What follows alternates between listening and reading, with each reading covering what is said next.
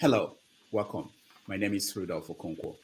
On Saturday, March 18th, 2023, more than 7 million registered voters in Lagos State will decide who will govern over 30 million people who live in the Lagos metropolitan area. But the election of 2023 is different from any other before it.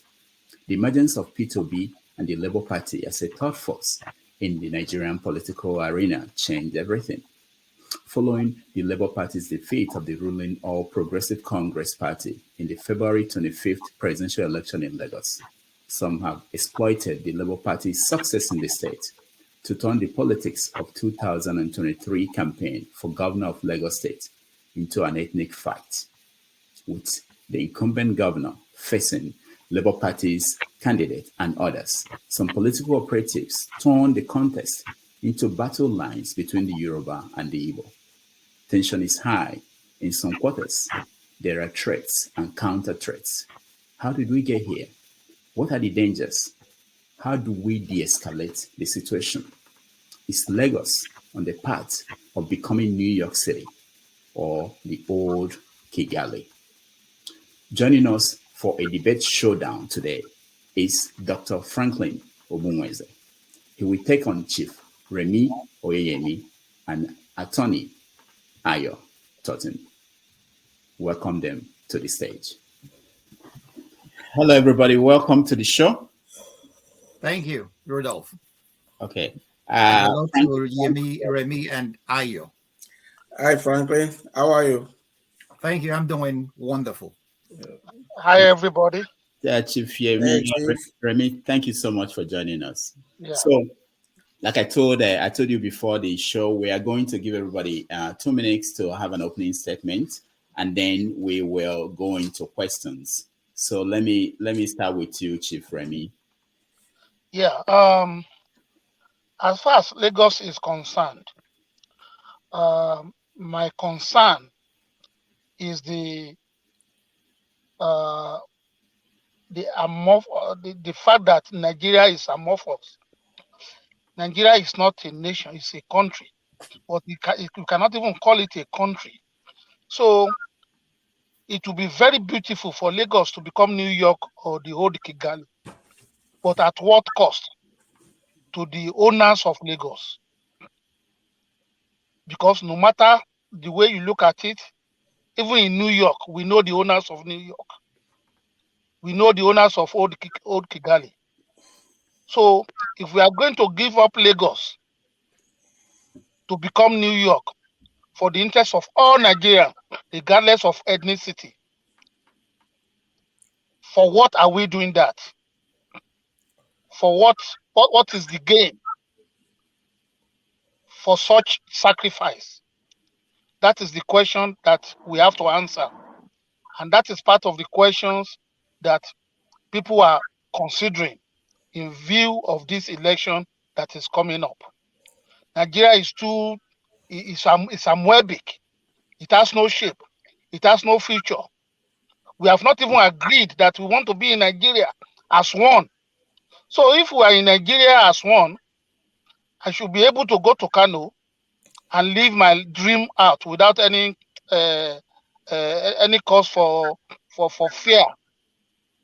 I should go to Enugu or Imo. I mean, with the kind of upbringing that we all have. I had an Igbo man as my guardian when I was in high school. He took me to Owerri on vacation. I've been to Kano, I've been to almost everywhere in Nigeria. But do we believe in Nigeria? Do we want Nigeria? If we want Nigeria, how do we want it? So if the Yoruba people are going to give up Lagos, what will be the benefit of that sacrifice? Thank you. Thank you, Chief Remi. Ayo, you're next. Thank you, everybody. Rudy, thank you for having me. That's good. Well, what is happening now in Lagos is just a manifestation of the problem Nigeria has faced since independence, even before independence, since the nationalist movement. The fundamental problem with Nigeria is the mutual suspicion mistrust, and distrust of his ethnic nation. That problem remained unaddressed. And Lagos happened to be the cosmopolitan, the center where every group comes to meet. So it's going to manifest one day or the other. And that is what we are seeing now. Because some people set a divisive tone for their campaign in this electoral campaign from inception. We will address that later when we get to the body of the issue. So what we are witnessing now is not strange to me. It is a problem that we have gone to civil. We want to pretend we have gone to civil war of 3.5 years that we love millions of people. We have fought several fights. We've had issues. There will be pogrom here. There will be riots on this issue. So the fundamental issue is there. It remains. Mutual distrust, mistrust, and suspicion of all ethnic groups in Nigeria. As long as that suspicion is there and we are not addressing it, if we don't build a nation,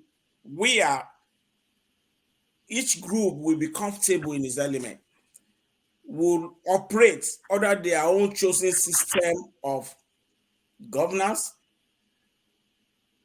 orientation, nature, and nurture. We are going to continue to have this problem. And if you look at most successful countries in the world, look at Switzerland, by their first world civilized country by all standards. It's a confederation. So there's no tension. We don't have 10 rams drinking from the same bowl at the same time. The bowls are separated. So each drinking from his own bowl. As long as we have about 10 empty rams have to drink together, we're going to have a problem. As individuals, we do well together. Igbo, Yoruba, everybody, we go together, drink, do everything. You, Rudy, I've known you for almost 40 years or so. We've been friends for about 35 years. So we do well together one-on-one. It is only when it comes to corporate Nigeria that we have problem. So the issue is with the corporate structure of Nigeria itself. And with particular to Lagos, then we have to address why that tension is always there when we get to the body of the issue. Thank you very much. All right. Thank you. Thank you so much, Ayo. Franklyne, you're next. Oh, well, Rudolph, listening to the two gentlemen confuses me a little bit because I don't even see a problem here. Why are we even having this debate? That's the fundamental question we really have to ask. Why are we having this debate? Remi made a very important point when he said, try to differentiate between a country and the nation. The major problem, I will always say, nobody has bested Achebe's articulation that the fundamental problem with Nigeria is the trouble with Nigeria's leadership. It's the failure of leadership to create a nation out of a disparate collection of tribes and, out of what Remi will call a country. And then the second point is, why would anybody think in the 21st century that somebody is asking the Yorubas to give up Lagos? This is a non-issue, that a son of Yoruba land is vying for governorship in Lagos, two sons of the same tribe. And then people are now bringing in into it to delegitimize one. And then we call it politics in the 21st century. And then we are peddling this pedantic narrative to the effect that because he's married to an Igbo woman, he is no more a Yoruba person in the 21st century. And we forget that every major genocide in history started with such narratives. Look at what Hitler did to the Jews. I live in Germany. If you studied the history of the Holocaust, that's how it started. The Jews, they are our problems. And then when you label a particular group of human beings as your problem, you will start seeking solution to that. And what is the solution normally? To slaughter them. And that's what Hitler and his Nazis did. It was the same narrative in Rwanda. The Hutus are our problem. They have manipulated everything. They are in governance. They are at the toppest level. The Tutsis, sorry. We are the Hutu majority. It's our land. Why would the Tutsis take away everything from us? They labeled these people as a problem. And what happened? They saw the solution. And what was the solution? Started calling them, subhuman beings, and then ended up slaughtering them. We lost nearly 1 million human souls in less than 3 months. So this is the danger. So when somebody mentions the road to Kigali, Kigali happens to be the capital of Rwanda. And that's where the worst genocide in the history of the continent happened. And we are taking the same paths if we are not careful in the kind of narrative we promote. That's my submission for now. All right, thank you, Franklyne. So let's get to the substance of the issue, and I'll start with you, Chief Remi. Yes. How did we end up here in terms of the politics of Lagos?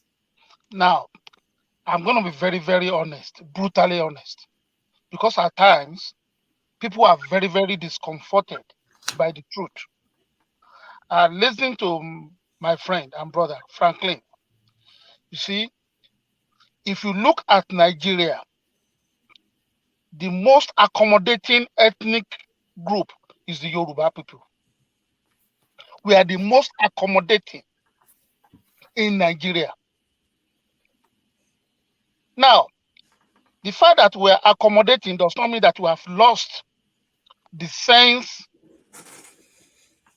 of our culture, tradition, and heritage, as well as ownership. So, when some people begin to say that Lagos, for example, is a no man's land, if you are not thinking along that line before, you begin to ask yourself, are you stupid by being caring, loving, and accommodating to other people who come to live in your land? You begin to ask yourself some questions. And then when you see some other people telling you your history, falsifying it, you're gonna be angry, whether you like it or not. Then you begin to think, what you have not been thinking before. You have to understand that it takes two to tango. For somebody like me, who have a nephew and a niece by Igbo woman, do you think I want them to be killed? No. But when some people begin to show what I would like to call putrid braggadocio, because we accommodate you, we believe that we are brothers, we believe we can live together, and then you start poking my nose, poking my eyes, that no, this place is no man's land. The reactions will be different. Because like Ayo said, if we do not take care of certain issues, then we are just deceiving ourselves. We have to sit down and address certain things. If we don't do that, no matter what we do, like Franklyne said, delegitimizing a candidate for the other, that is where you see it. Others don't see it that way. And in Yoruba land, we have this proverb.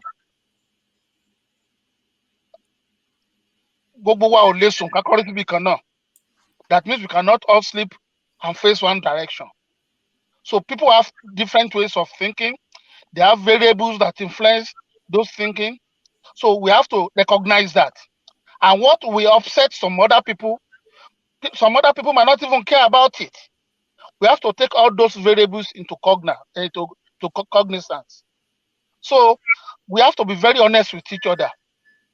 If you come to New York and you start behaving certain way, the law is there to take care of you. They will take you and keep you or either expel you from that place.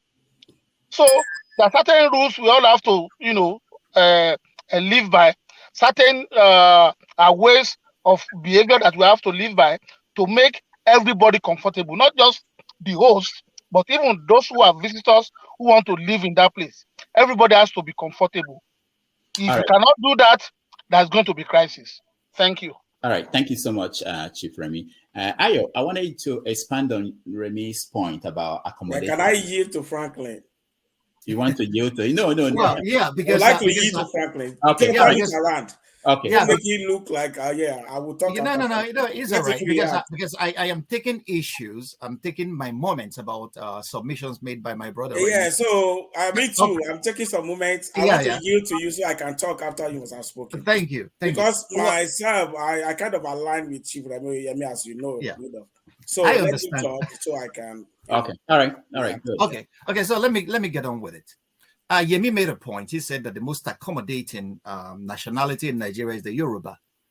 I am taking issues with that because hospitality is I have traveled the world, and in every place I have been, I have met wonderfully accommodating human individuals, human beings, families, groups, nationalities.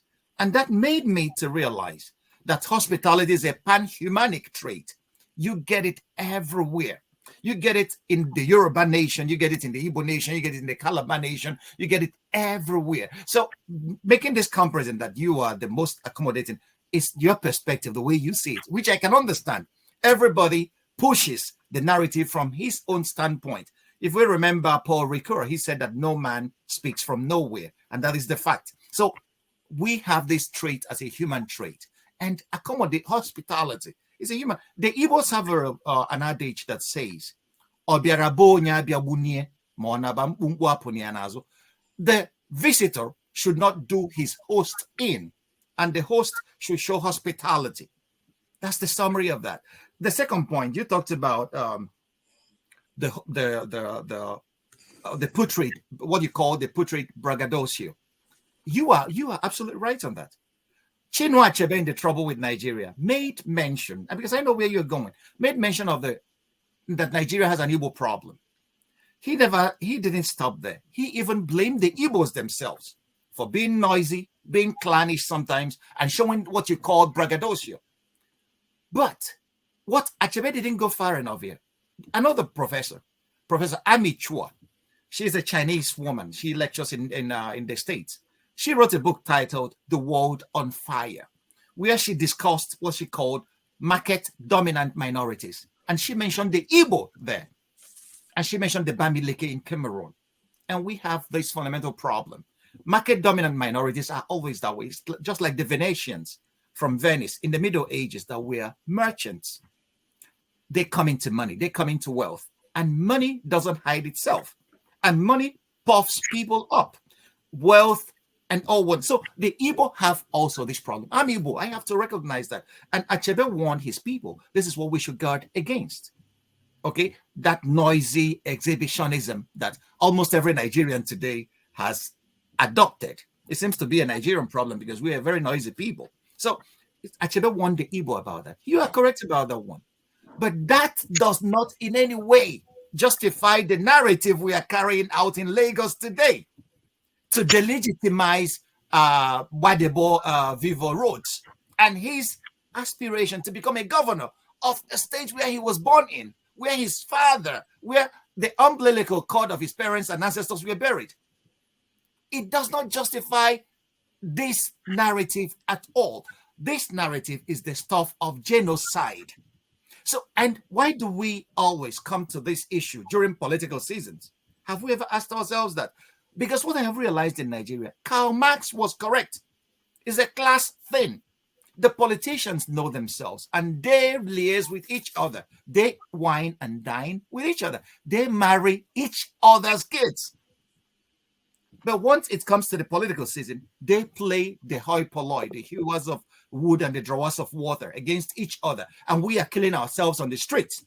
But they jump into their private jets and attend the same parties, okay, and go to the same vacations in Dubai. But the poor people who have not seen what to eat, whom their policies impoverished, are there on the streets killing each other. And we are supporting that with this narrative that doesn't lead any nation to anywhere. You are right that we really need to build a nation out of our country, but it has to start with all of us stopping, pushing, and peddling this narrative. I listened to Fani Kayode trying to, it was so brazen the way he was describing a human individual. It's a violation of his fundamental human rights to describe him, to make him, a persona non grata among his own people. So this is the narrative we should all eschew. Even if Nigeria is not yet a country, we have to, even the United States, 270 years, they are still working towards a more perfect union. Nigeria, how old are we? We are not even up to 70 years. We can equally work towards a more perfect union. But we have to start with the narratives we peddle. It's pretty important. All right, Ayo, you come next, and please for our audience, there are a lot of questions about what do you mean? Remi mentioned accommodating. What does that mean? You're an attorney. What does that mean in legal terms, as far as people who are part of a nation? Anyway, maybe when we get to question and answer, he will answer that by himself. But let me present my perspective. First of all, concerning the topic itself, whether Lagos wants to become New York or is on its way to Kigali. What I'm going to say is this. Lagos is already New York and more. By African standard, is more than New York. Lagos is a city to over 20 million people. That is 4 times the population. That's about 3 times the population of New York at 8.something million. It is the 5th largest economy in Africa. It is it's not a major point because it is people's ancestral land. Some people owns Lagos, not New York. New York history, if you know very well, it was the Italians that first came there. Then the Dutch, they came around the Hudson River.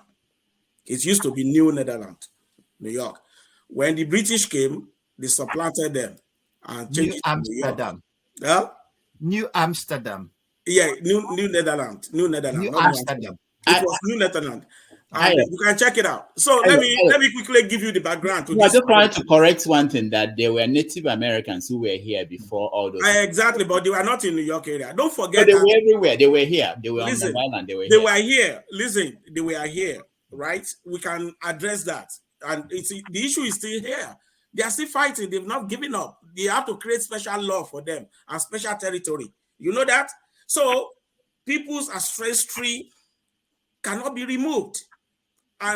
But I don't want to jump. Let me just follow the sequence because I want the listeners to follow me carefully. So New York is more like a melting point. The population of the Indians become decimated by the invaders who took over from them because they became powerless. You understand that? Lagos is a Yoruba territory. Simple. It's an ancestral land by geographical, spiritually, by culture, by nature, by orientation. It's Yoruba. It doesn't share border with any other ethnicity at all other than Ego people, the minority Lagosians. You cannot step into a niche of Lagos without crossing Yoruba land. It is completely encompassed by Yoruba. If you come there, this narrative did not start today, you know, that's what I was trying to tell you. Obi as a governor, because he had issue with Fashola, said Lagos is no man's land. That is the phrase. Yes, he said it as a governor, sir. I can bring the report. You know, this, do you know that that phrase has been the major problem? You see, like Chief Oyeyemi said, Yoruba people don't care. They just want to live and let live. They just want to enjoy their life. They really don't care. In the tradition of Yoruba, when they are going to bed at night, they deliberately reserve food. They always say when visitors are passing through in the night, they might need something to eat.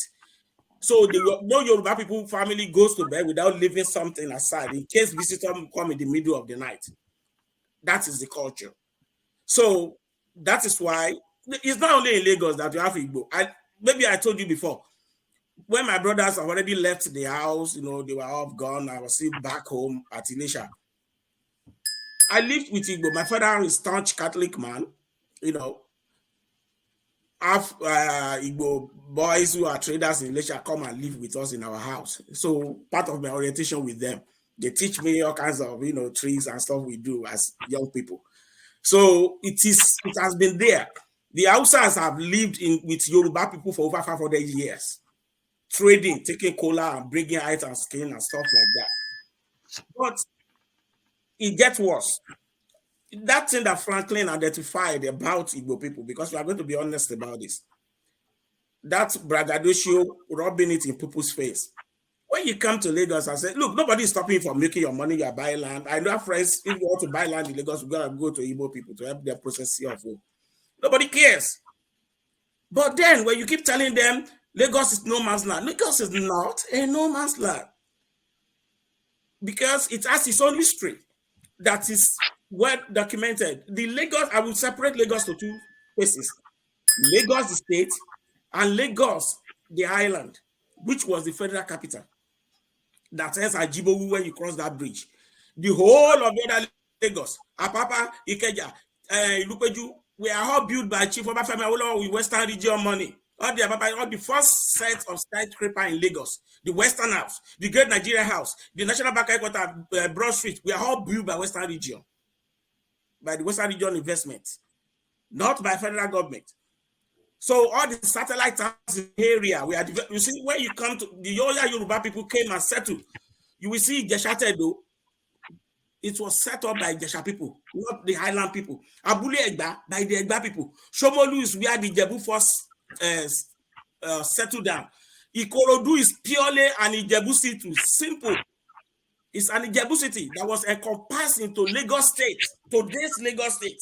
You cannot appropriate them and call them no man's land. You're appropriating people's orientation, ancestral land, culture, spirituality, and calling it is an insult. And this is what is causing this problem. If that's not being said, nobody will care. Nobody will be suspicious of anything.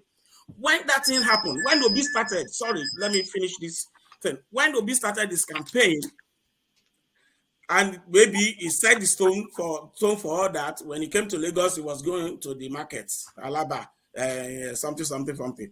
He started going from church to church because the other person has a Muslim. His campaign was divisive. People become suspicious. And when this guy came out, Gbadebo, the first thing I read from his what they gave out was Gbadebo is a Lagosian, proper Lagosian. By Igbo mother, married to Igbo wife. Nkechi, nothing about his achievement, nothing about his work history, nothing about whatever he has done and achieved in his entire life. The narrative that was being sold to us was that Igbo. Who wouldn't be suspicious of that? So that can get that's a divisive campaign that is not based on merit, it's mediocre.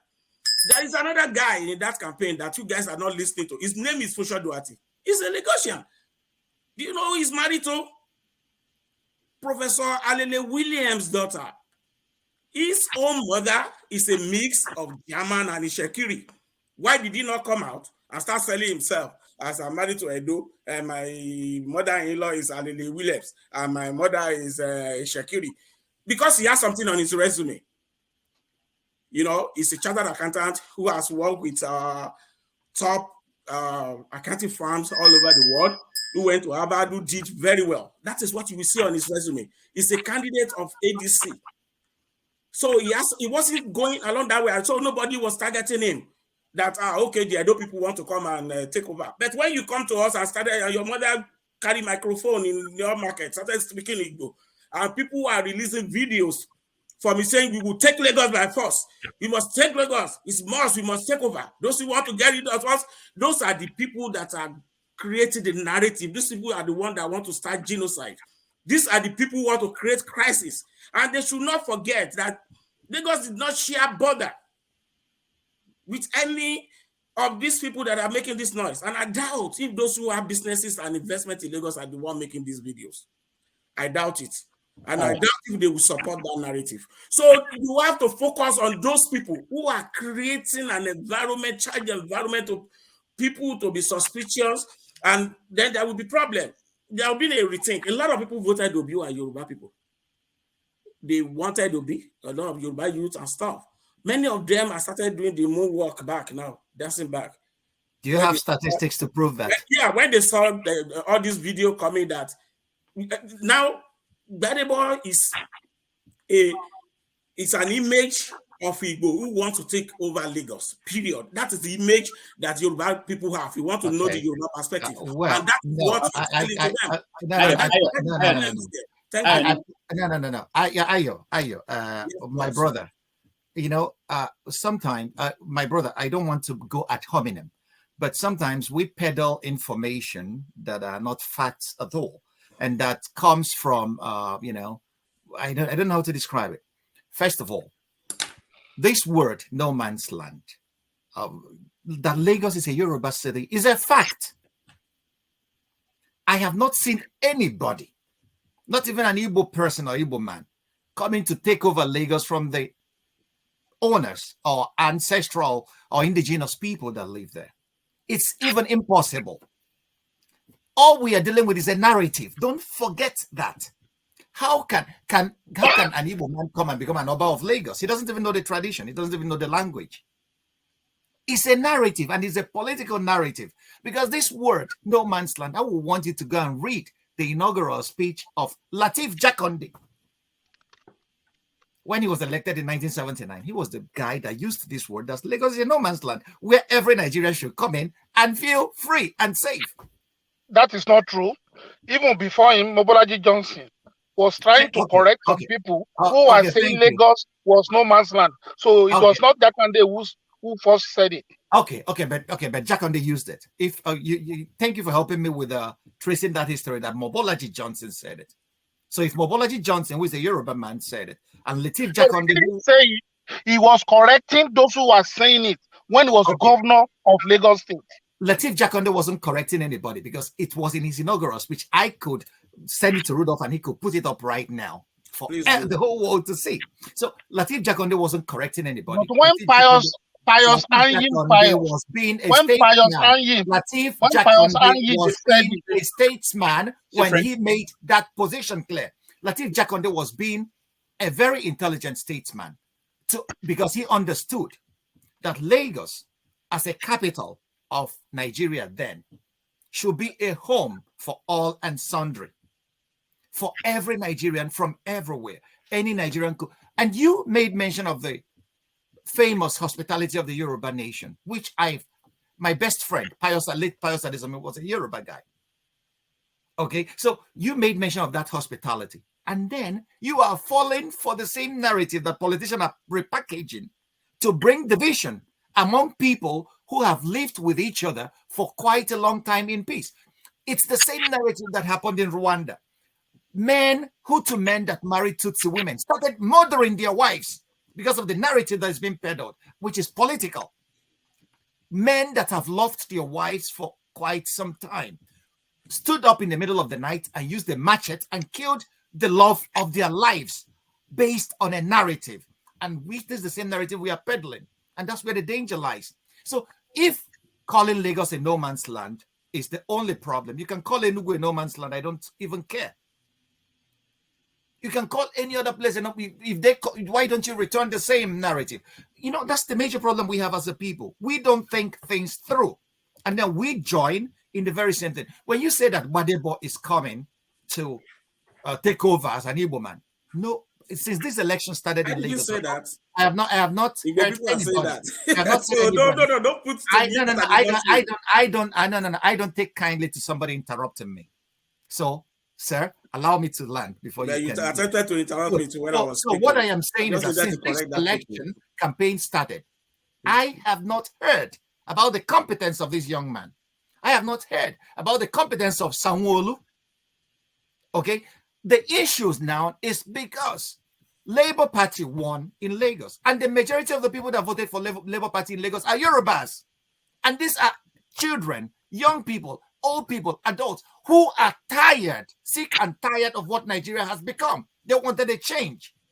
We all want that change to happen. So the majority of people that voted for Labour Party in Lagos were Yorubas, because they want something to be different this time.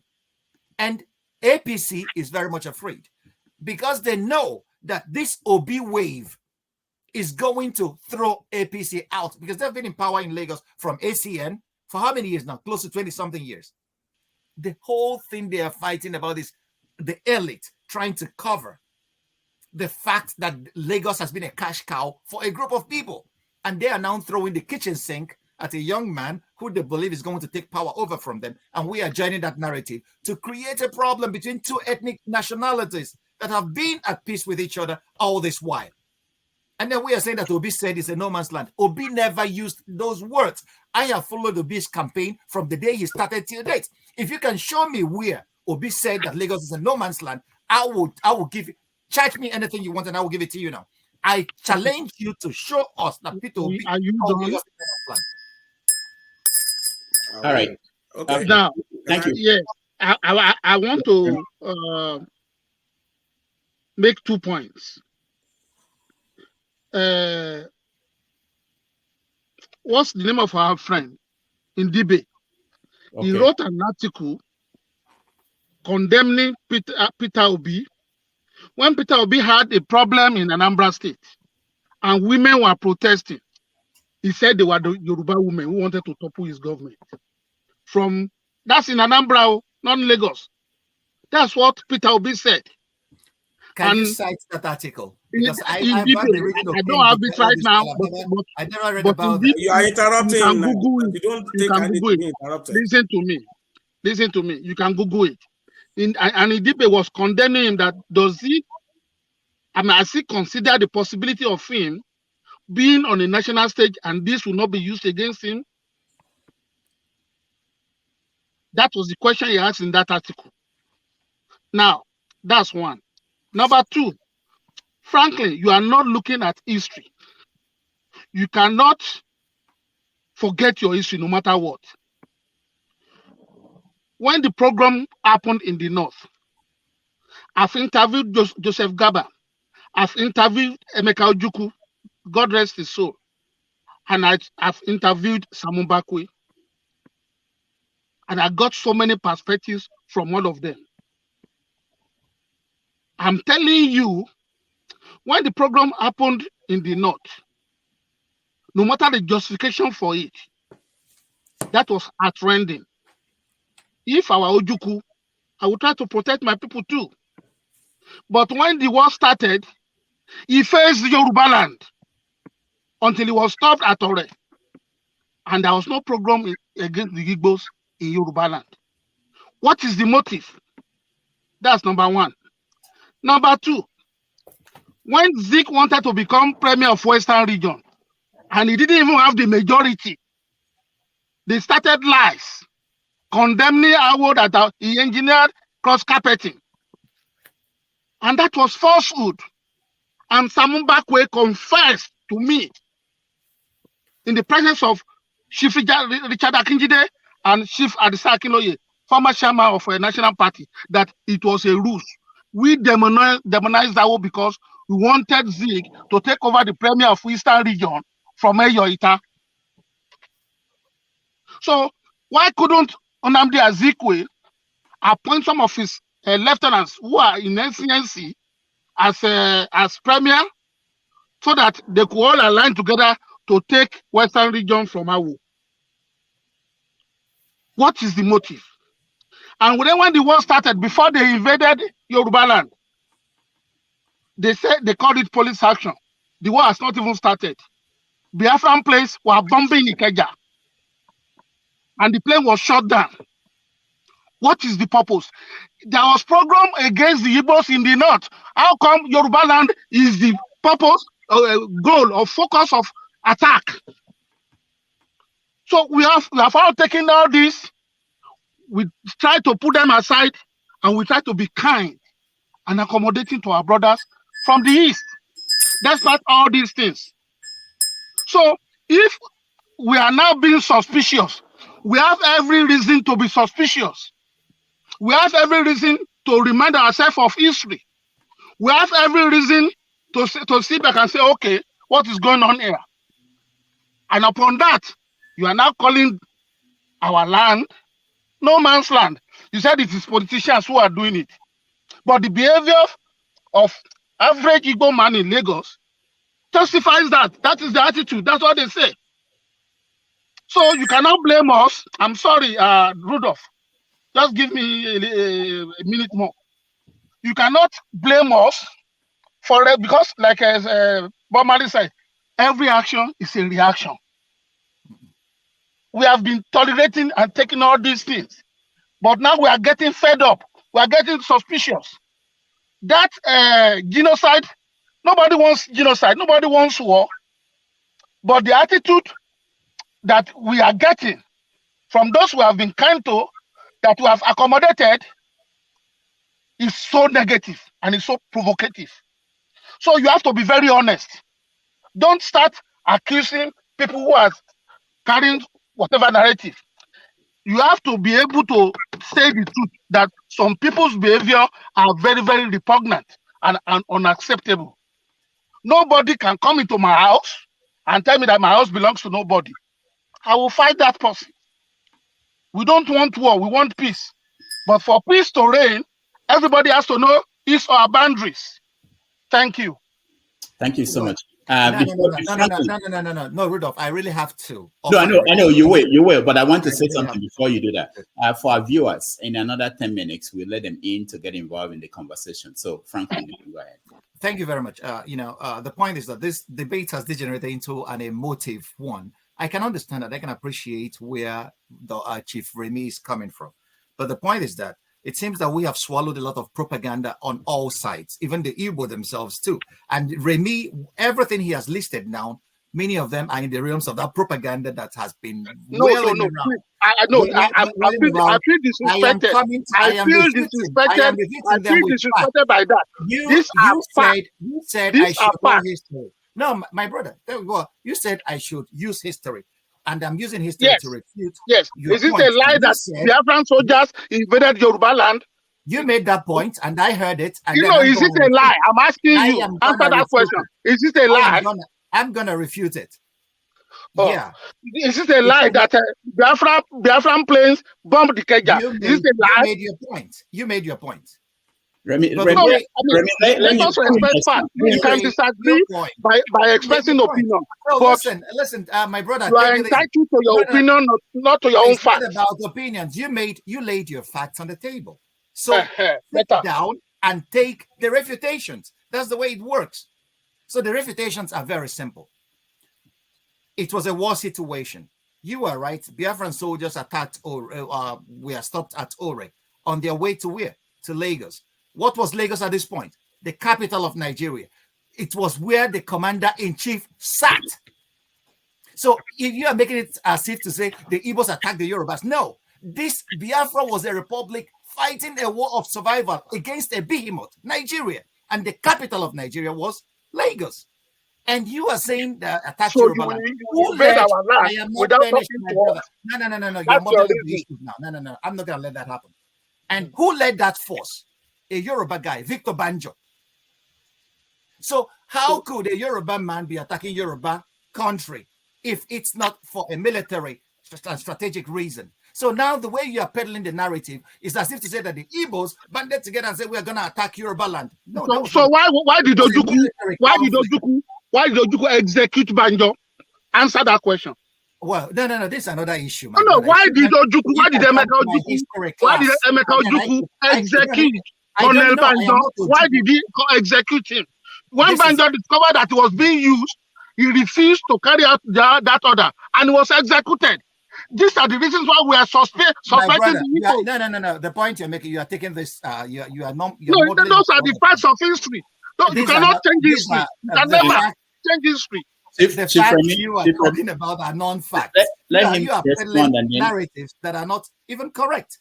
If you ask why Ojukwu executed Banjo, only Ojukwu knows his reasons. The reasons they gave during the trial were that they were saboteurs. Ojukwu didn't only execute Banjo, he executed Ifa Ajuna, who is equally very close to Ifa Ajuna is from Onisha, Ojukwu is from Newi. They are not even a stone throw from each other. So Ojukwu executed Ahmad and and so many other people. So it was a war situation. The Igbos never sat down to say we are going to attack Yoruba land. No, it was a military decision taken by the military high command then to attack Lagos, because that was where the commands were being issued out of to attack Biafra, so we can talk about the issues about the war, but that's not even the issue. So when you lump the Igbos and you say that an average Igbo man in Lagos behaves so badly, my brother, you are in dangerous territory, because it's the territory of genocide. The Hutus, we are saying the average Tutsi. Who is an I'm average afraid Tutsi? that the Igbos are planning genocide against the Yoruba people. My brother, what does They an are average planning Igbo man look genocide like? against the Yoruba people in If Lagos you are in because the of their West, utterances, because of their if you are in the behaviors, West, because of their I am not attitude. finished. If you are in the Western world and you say an average Jew, let me tell you, they will throw the sink at you because you are in the realms of danger. You are now stereotyping a people. There is nothing like an average Igbo man. It is, if somebody commits a crime in Lagos, that's why we have a country. Lagos is supposed to be a part of Nigeria, which is governed by the law. So if an Igbo man commits a crime, that is, an Igbo man doesn't play any role in it, he should be prosecuted according to the fullest extent of the law. And that's what we are saying. That's not a crime you that and I should start helping to build up this society that we want to see. But clinging to our ethnic robes, it is good. Barack Obama said it. We can be proud of our ancestry, where we came from. It's normal. That's what gives our lives meaning. But to lock up ourselves in these ethnic cocoons and see the world and every other person as being against us and being taken away what belongs to us is the psychology of scarcity. We should have grown out of that cocoon. And that's the only way a heterogeneous nation could function. Look at where we all are living. I live in Germany. I live in Frankfurt. Frankfurt is one of the most cosmopolitan towns in Germany. People come from everywhere and find a home here. And nobody, if I do something, if I drink and drive, the police will send me to jail. Whether I'm a black man or a white man, it doesn't matter. The Germans themselves will tell you that their laws are very strict. And that's the nation, the society we want to create, where the law rules, where it doesn't look at your face, where you come from, whatever gender you are, or whatever sexuality you express. Mr. Franklin. That's the land we want to create. So when you come out, the law rules in Dubai, the law rules in Dubai, and everybody comes to Dubai, but everything is controlled by the indigenes, by the owners of the land. By the law. The law rules in Dubai. The law rules. And that's what it should be. The law should rule. And that's what we want to see our society become. So because two Yoruba men are fighting for power, the Igbo should not be appointed as scapegoats for that. They made themselves scapegoats. They made themselves the Federal Republic of Nigeria. The law gives him the right to become a governor wherever. If a Yoruba man wants to be governor of Enugu State, he should vie for that. So that I can get zero. My brother, no. We should not, as educated individuals, we should not be falling into the same traps that our ancestors fell into and messed up Nigeria. And these are the things we are going to be handing over to our kids. But we live everywhere else and we want to be accommodated. But we cannot even accommodate ourselves in that little enclave of ours that we call Nigeria. So, but you and I, it is our duty to start correcting this narrative right now, to start correcting that and show that a new Nigeria is possible with us, with our generation. All right. That's what I'm saying. Frankly, I'm sorry, I don't mean to cut you. Yeah. Okay. I want to say this. I don't want it to look like back and forth debate. I want us to talk on points, so we know exactly what we are addressing at every point in time. The approach being taken by Franklyne is a mix of denial and then playing the pastor. You're talking like it's like you are a mix of denial with some sanctimonious preachment. Okay. That is looking at one side of the story. Some of the points we are bringing out, you are not weighing them in like the reality of what is actually happened that we face in Nigeria. Most of the point we are raising, we are speaking from left to you, I, Rudolph, Chief Oyeyemi, that I know very well. Probably there won't be a problem. There is a problem because the way the ordinary people view these things is what we are discussing here. We can dismiss it. We can do some sanctimonious preachment and say, oh, we are supposed to do this. It's supposed to be kumbaya. It doesn't happen like that in reality when you are in my face. Maybe if it's happening in the East, you will see it better. But it's not happening there. Don't forget, Lagos is not the only part of Yoruba land that has Igbo people. If you go to Adekiti today, you go to Ilesha, you go to Ibadan. Ibadan is actually bigger than Lagos. If Lagos wasn't a city-state, Ibadan is the third largest city in Africa after Cairo and Johannesburg. It has a huge population of Igbo people. We have Edo people, we have Ijo people, we have Ikwere, we have Yala, we have Hausa. Why has it got to be about Igbo all the time? Have you asked yourself that question? Exactly. You see, and why about Lagos? They don't say, because they say, oh, it was a federal capital. Even the colony that was declared in 1954 as federal capital was in Lagos Island, that little area. Not area being run by the Western government, Western regional government. So if somebody want to base an argument on, oh, where they said there was declared the federal territory in 1954, it is that area. And that has been the only problem. I don't see any other problem. Gbadebo, that's why I give an example of Funsho Duarte. Gbadebo is having a problem because he presented the narrative in his campaign that says he's a front candidate for Igbo aspiration in Lagos. The aspiration that has always been there. That's why I gave you an example of another candidate whose mother is Professor Alele Williams. That is the one that should be pushing that narrative because the mother is one of the first professors, women professors in Nigeria. They are Edo. There is a huge population of Edo people in Lagos.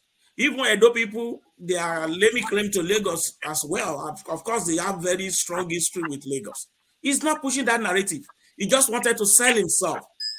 He's not telling us where his wife came from or anywhere. You see, I don't want to go back to Civil War era or what happened at that time. That is not what this program is, according to but I want to base it on what is happening right now with regards to this election. This template for what is happening now is set by Gbadebo himself. So people are only following him. Oh, okay, this is what you want to do.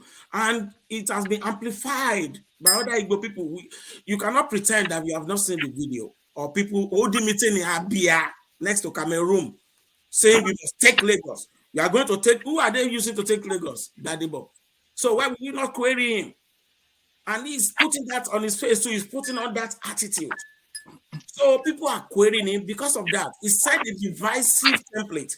So you have to properly place the blame. Who wants to create a problem for ordinarily peace-loving people?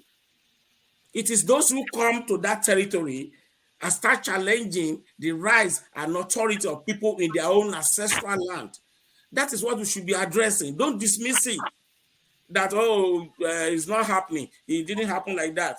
You can say it that much here, but the facts are not pointing to that. This issue of no man's land is all over the internet. Just Google Lagos no man's land. You see the OB, you see the responses to him from different people and every other people. It's not a secret. And I think part of what Rudolph is saying is we should find a way to de-escalate it. Denial will not de-escalate it. We need to admit faults that, okay, you are at fault here, this at fault here, and then use whatever influence we have individually and collectively to stem it down so that it doesn't go to Kigali. It probably won't be Kigali because Lagos is just that little place completely surrounded by Yoruba people. So, and these people don't like to fight. They just want to party and live their life. Even a goat, when you pursue a goat to the wall, it's going to turn back at you. That is just a fact. And I think our conscience to speak to us about the attitude of Igbo people in Lagos. They should slow it down. That's my point. All right, Okay. Franklyne. Okay. I am a trader in words. Words are very powerful. Absolutely. And the words that we use in this debate, they are, because I could see that, like I told Remi, when you say the attitude of Igbo people is stereotyping already. Because I cannot imagine that a German could stand up and say the attitude of Jews, or even an American could say that. But we use that casually without even knowing the implications, that we are condemning a whole nationality of over 50 million people to that simple stereotype that we are building. And that's what I have seen across board. I am distinguishing. So when you say that I am being dismissed, I'm not dismissive of anybody's feelings or dismissive of the people's aspiration. But the point lies in the fact that, one, We agreed that Nigeria may not be a nation, but is a country. And this country is governed by a constitution. And we are no longer governed primarily by the traditional authorities. We are governed, there is a state that is superimposed upon all these traditional authorities. And this state, we have a constitution that is imperfect, we know. But this constitution says that every Nigerian citizen has a right to reside in any part of this territory called Nigeria. Absolutely. And we are here debating still that people's ancestral lands, that these other people should behave not according to the law, but according to how the hosts like. That's not correct. That is not correct. That's not correct. Okay. I don't want you to reframe what I said in such a way that you lose sight of the point. I don't want to argue back and forth, please, like I said. But then I don't want you. That's what the debate is all about. Look, I'm a trader in Wales, so I'm an attorney of over 30-something years. Well, let me make this point. So I won't sit down here and allow you to reframe my narrative. I'm not reframing so that you can reach a when you have you will have the time. You have the time to look refute. at America. Let me tell you something. You will have the time America. to refute. You are now taking over my reputation of your reputation. Do you know the financial sector of this country? Most of the funding come from the Arab country. Do you know that real estate property in England does not really belong to them? My brother, I am not discussing the US. I want to give you an example of what I'm saying, just in case you didn't get it. Your examples. You cannot say when you get to United Kingdom, people buy properties in United Kingdom. The money doesn't belong to UK. You understand? But if you go there, that will, because I have investment here, we control the risk property sector, we control the financial sector in America, the Arabs, and you want to dictate in America that is a no man's land against the culture of America itself, you'll be shown the way out. That's what I'm telling you. And what is the culture? And America is the largest democracy in the world. We are following their constitution. You know what happened to Chelsea when they went to war with Ukraine? They snatched Chelsea away. It's an investment that shouldn't be touched. But because Russia had problem with Ukraine, another brother, which is against the interests of United Kingdom, they took Chelsea Football Club away from them. That is protected. Self-preservation and enlightened self-interest is a fact of life. The Yoruba people in ancestral land had every right to protect their interests against external aggression. You are right. Be portrayed. Yes, you are right. How you want. I agree with what you. I'm saying is that we want to address issue, right? Or we want to dodge from it. This thing it didn't start today. It didn't start today. It started before this campaign. It has always been there. But you don't want to address this, you want to dodge away from it, then this I am not dodging. If you listen for a second, if you listen for a second, you will understand that clutching at those straws that we clutch at whenever we are discussing, dialoguing about such issues is not going to help us in this debate. Relax, my brother. Just let me put the points across what I was doing before you got it. Don't reframe. Don't reframe anything I said. Just react. My brother, you don't set the rules of the debate. No, the moderator is there. No. This is my own comment. I don't want you to reframe. Okay. All right, Ayo. Let him speak. My brother, okay. So the point is, the Yoruba nation, I have not seen anybody from any part of Nigeria rise up and said, I am going to take over Yoruba land. Even the Igbos doing their trades there. No, but if anybody is saying it, you ask yourself, does the person have the power to take over somebody's ancestral land? Or does the person have what it takes to do that? Or is it just a market women gossip? Apologies to women, it's not anything. It's just a way of talking in Nigeria. Is that what it is? If that's what it is this what should be riling a people to be using and packaging other human beings as subhuman in the way they are being addressed? So when you say the Igbo, why must it be the Igbo all the time? And that's what I'm trying to remind anybody using such terminologies, that we are now in the territory of genocide. Because it starts with such narratives. I really don't know about that. You are escalating it now. You want to put fire on yes, I want you to see how dangerous people are going. Rudolph, please, you are the judge here. No, that word is heavy. Man here use that word. At least keep quiet. Let me make my point. Use that word in order to drive a point, and I'm against you using the word genocide except you are planning one. Ayo, Saying give him that. the chance. You respond to him when he's Yeah, no, you I should listen. stop I saying thought I it's listened to because you. we say what the issue has always been with Igbo people. Have you ever seen the Hausa people in Agege? They betrayed over 500 years in Yoruba land before the Igbo people came.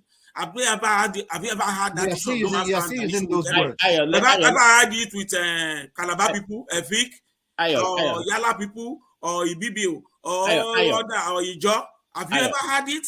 This coalition has always been between Igbo in Lagos and the Yoruba people. That's the fact. I just give a statement of fact that you cannot deny. Then you are trying to, you are escalating it and My brother, I trying to thought you were a portray lawyer. No, I Igbo thought you were a people lawyer. are My now brother, I thought you were a lawyer. in the realm of genocide. Come on, you are being an alarmist. My brother, I thought you were a lawyer. Hold on. No, stop that. Slow down, frankly. We all know how to use word. No, I take can it easy. escalate your word. I can take just one phrase out of your word and create something out of it that you don't like.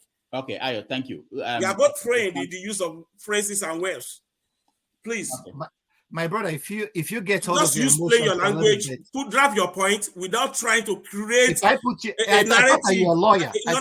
Don't create a narrative. But no, my brother. Phrase. Hey, no. This is not a debate this anymore. Is the internet. This is being this childish. remains forever. You No. I will not allow you to frame me up. It's not going to happen. My brother, stop. No, you've done your part. Let me do mine. Okay. Stop. I thought you were a lawyer. If I put somebody like you on the dock, I will send you to jail if you are facing a criminal charge. How will you send me to jail? How would you want to send you to jail? Hold your emotions. How would you want to send you to jail? All right. Come on. The point is, you are still using the symbol. You said you cannot be putting words into somebody's mouth. Express your own view. If you are talking of genocide, are you planning one? Because actually, the way I'm thinking now, I'm suspecting that. Rudolph. Yeah. I thought this was a debate. I thought they know what I do. My job is genocide prevention. That's what I do. That's my work.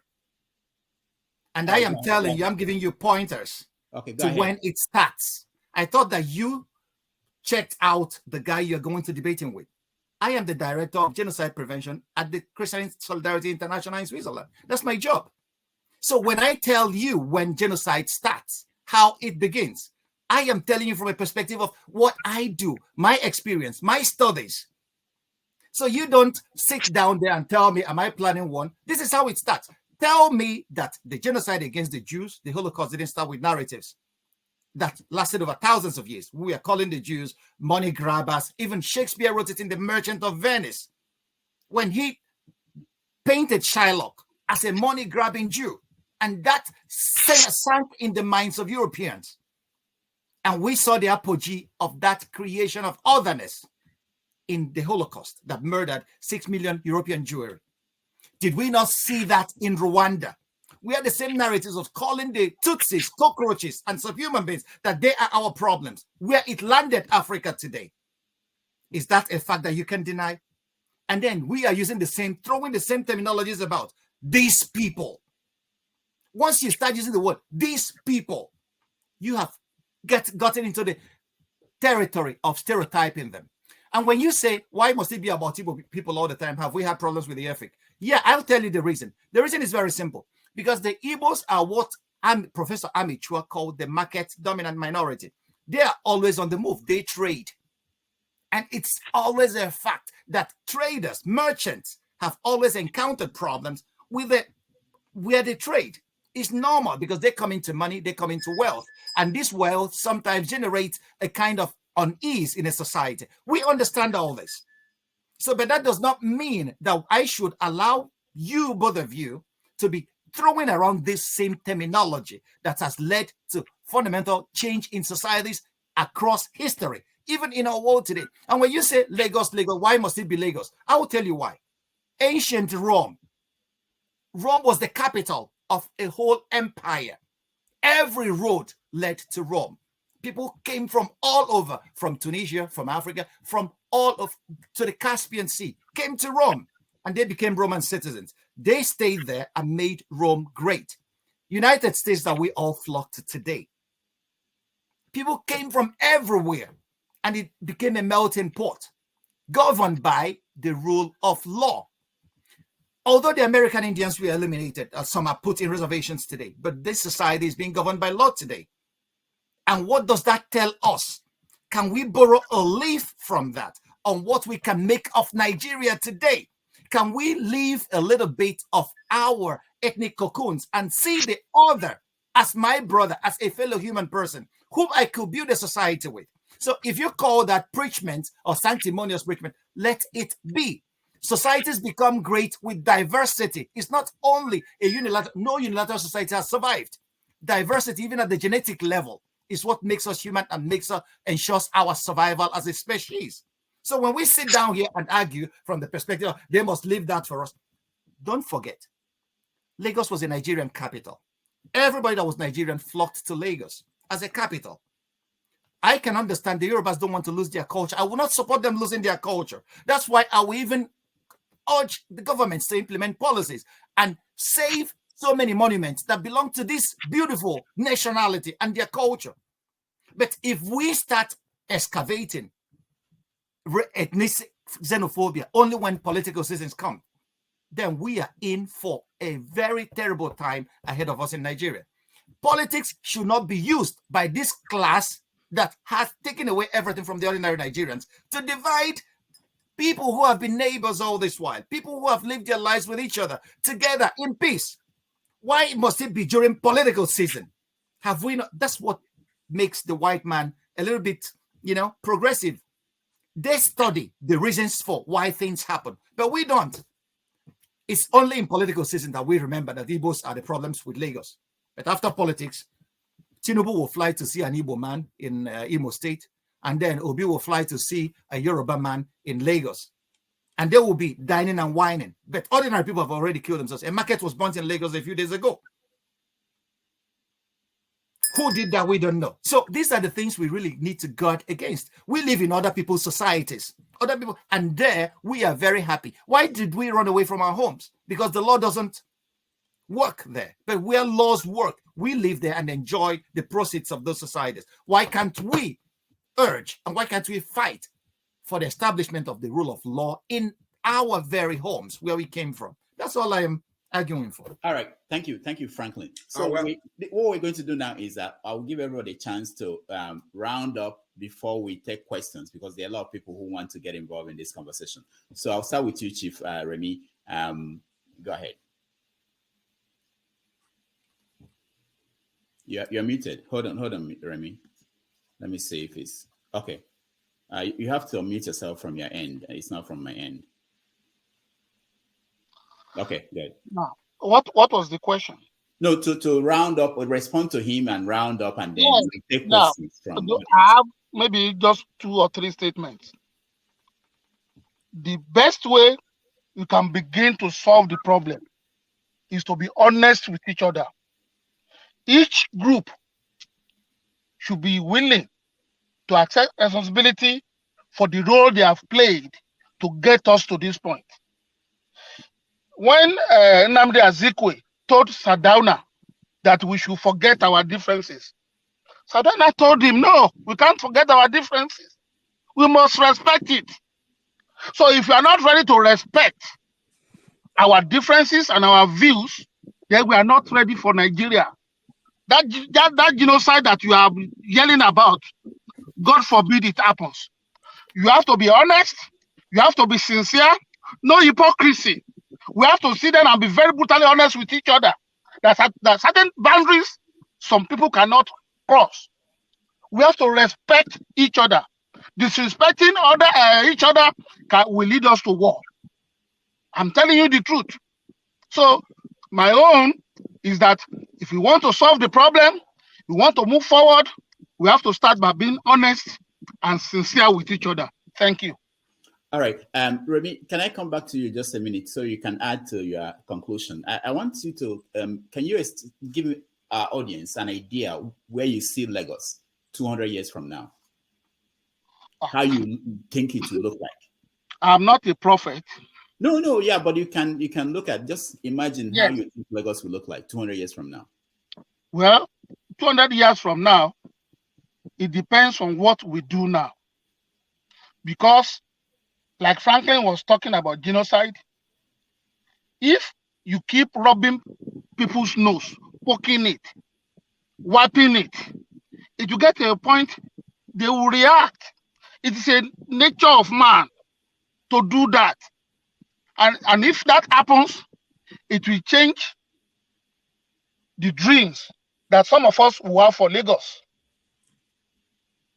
So, but if we are able to prevent it, like you said in the rider for this program, it may become like New York, but what we are saying is that whatever becomes of Lagos, the owners of the land must have a say and control over it. You don't come there and tell them they amount to nobody and their ancestral land is a no man's land. It's not going to work. It's going to lead to a very serious consequences. So if you can nip this in the bud, it will be very fantastic for us. All right. Thank you, Chief Remi. Ayo, you're next. Yes, thank you. Let me quickly react to that silly lecture that Franklyne was giving. Look, we are all trained in this art, and I've been out there on this stuff for a long time. Rudolph will tell you from way back.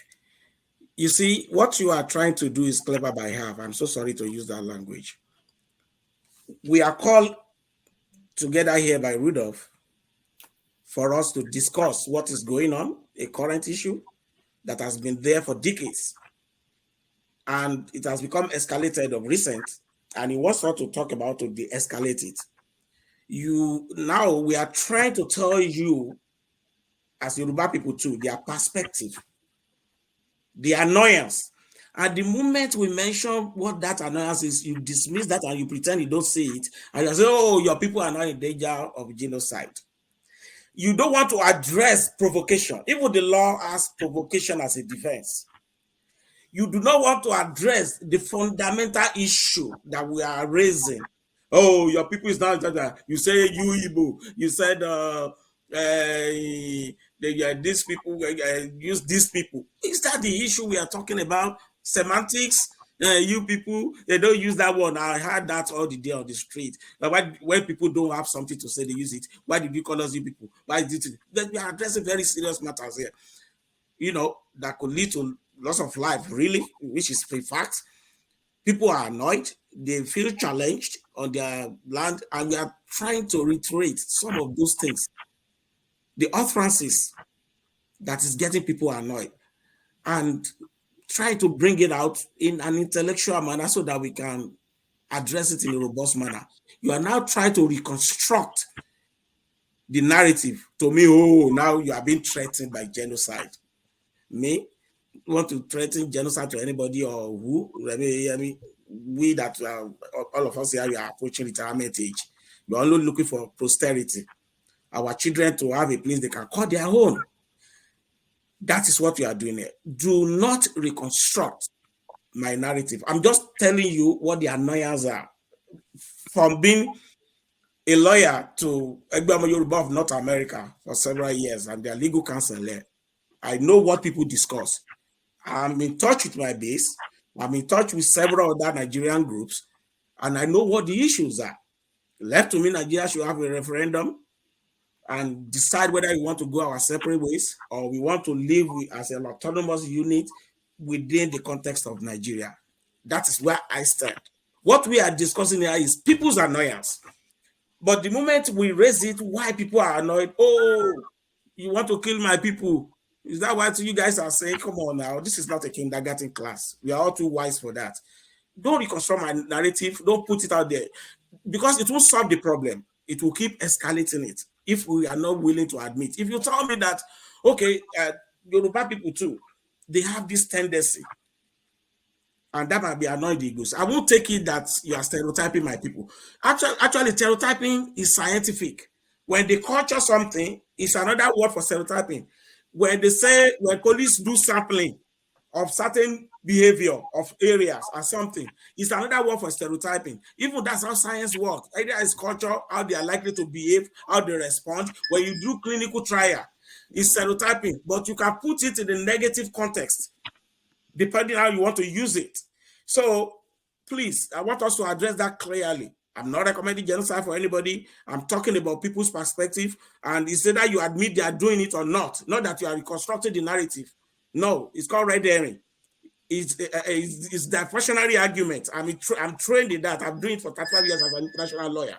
And now, to round up, like you already said before people ask questions, I want us to go back, and do some introspection as a people. Like I said earlier, one-on-one, I've never seen Igbo people and friends dragging anything. They probably just have fun together, read together, share books, enjoy life together, help each other. I've seen a lot of that between Yoruba people and Igbo people. But the moment we talk about Nigeria, there's a problem. The unit interest trumps, then becomes a problem. I've told you why Yoruba people are annoyed. They are not mad at any Igbo people for whatever reason. I've never seen that because they've tried the way they want in Yoruba land. We don't see a lot of people Yoruba go to Igbo. Even Yoruba hardly go to Hausa. They are live and let people and they are more comfortable. When they leave Nigeria, they are going to London or America. You hardly see them. I'm not saying they are not Yoruba, but they hardly go. And when you come to them, you are their friend. But if they have reason to complain, we need to examine that reason very well. They don't like wars too. So they are not likely to kill anybody or go into any genocide tomorrow, but they fight silently. So let's go back and do introspection. If there's anything you want to say about Yoruba people here that is causing tension, you can say it. Because when we are talking about this narrative now, we have Baba Fenifere Adebanjo, holding Obasanjo. They were holding Obi all over the place. Say Obi is who they are supporting. They want Obi. That is not likely to happen to a Yoruba person from Igbo people. It's not likely to happen. Yeah. So I'm just telling you the character of a people. That is the truth. That is the character of a people we are talking about here. And everybody will do whatever they want. The sentiment should be out, but the one that concern the collective that I know, it is that no man's land thing, and the words that we take over Lagos is a must by all means. I've seen it in videos. Some people are accompanying those videos where they are saying we must take over Lagos by all means. Those are the people that are preaching genocide. If you say you must take over, you are using log conquer, take over Lagos. If you are using those words, you are the one that is directly saying you are going to suppress a people. So that is, as a person who works on genocide, those are the statements you should be worried about, not language like you people. Thank you very much. All right, thank you. Franklyne. Well, thank you, Rudolph. And I thank the guys on the panel with me today. I shouldn't forget to lay that fact out there before I make my concluding statement. I sincerely loved what Remi said about to diagnose what the problem is. We have to be honest and we have to be sincere. I am glad I studied philosophy, and in epistemology is all about theory of knowledge. And then there you realize that nobody speaks from nowhere. Like I quoted Paul Ricoeur earlier. I understand they are speaking from their perspectives, and I'm speaking from my own perspective as well. And that's why we are debating. We lay our cards on the table so that the other can see where the other person is coming from. And then maybe we can, in a Hegelian fashion or in a Socratic fashion, come to a synthesis from all the theses and the antithesis that we have put out here. Rudolph, you asked a question to Remi. Where does he see Lagos in 200 years? I would want to take that up and try to do a little bit of an analysis. The trend I'm seeing in 200 years, Yoruba will still be spoken in Lagos. But most of the kids will have parentage from every other part of the world, one Yoruba and one from another place, because the intermarriages are increasing, as I can see. And we are all witnesses to it. Tinubu himself married an Ishekiri woman. Viva Rhodes married an Igbo woman. Femi Fani Kayode, who is now propelling this narrative that is dangerous to society, was married to an Igbo woman. So there will be a lot of intermarriages, and there will be a culture. Lagos is cosmopolitan, and it allows for that. People come together. It's a melting pot. People come together, and when people are close to each other, they fall in love, they get married. That's what sociology has shown across time. Okay, so that's where I see Lagos in 200 years.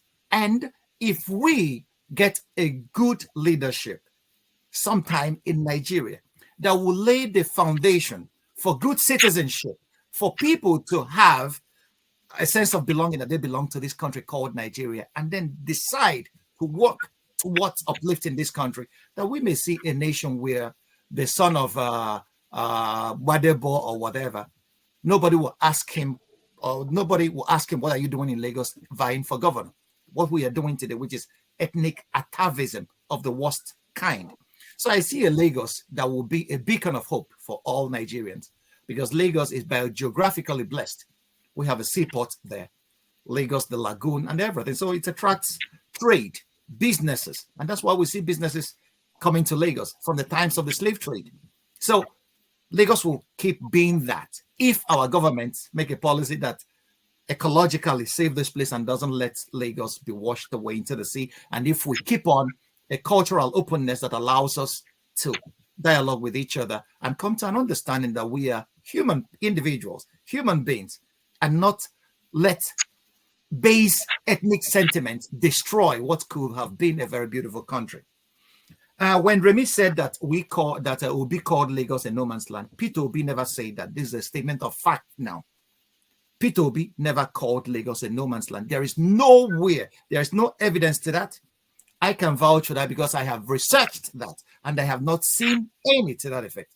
And when Remi said that Peter Obi said that Yoruba women wanted to overthrow him in Anambra State, Okendibe, who is my friend and brother, never wrote that article, and he never made that assertion. Maybe Remi is referring to something.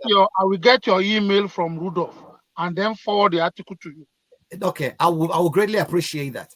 So, but the point is, if anybody says that Lagos is a no man's land, Lagos is not a no man's land. There were people living there before the white men came, and there are people still living there today. But I would like to see, if somebody calls my home a no man's land, the person is just talking. That wouldn't even mean anything to me. So the Lagos, I am saying now, if this is what the bone of contention for Ayo, because I don't believe that every Yoruba man sees this as his bone of contention. If this is a bone of contention for Ayo, I am telling you, my brother, Lagos is not a no man's land. Lagos belongs to the Yorubas. We accept that, and that is a fact. But the accident that brought us together as Nigerians has made it imperative that every other Nigerian, when Lagos became a capital, that every other Nigerian could go to the capital city because the British did a number on us. The number they did on us is as they localized everything in a place. And every other person that wants the favor from the government comes very close to where the favor is. And we should not lose sight of the fact that Lagos had better infrastructure than every other state in Nigeria put together, except when Abuja was built. And business and trade goes to where infrastructure is that supports the business. So that every other Nigerian and the majority of the people that do trade, the Igbos, that they will move in droves to Lagos is imperative.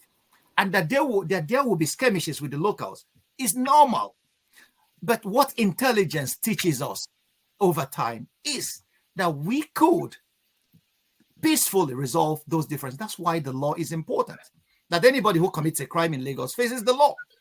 If we are able to build a country where that becomes the case, we will not be sitting here arguing whether Lagos is a no man's land or not. The people that own Lagos know that they own Lagos. And nobody, I don't see an Igbo man coming to take over Lagos from them. Badebo Viva Road is a son of Yoruba land. And for me, he has absolute right to vie for governorship anywhere in Nigeria. Whether the people vote for him is another thing. But that he has this right and that he should not be delegitimized because of where he comes from, this nativism and this nationality or this patriotism, false patriotism that we carry about. We should remember that patriotism happens to be the last refuge of the scoundrel.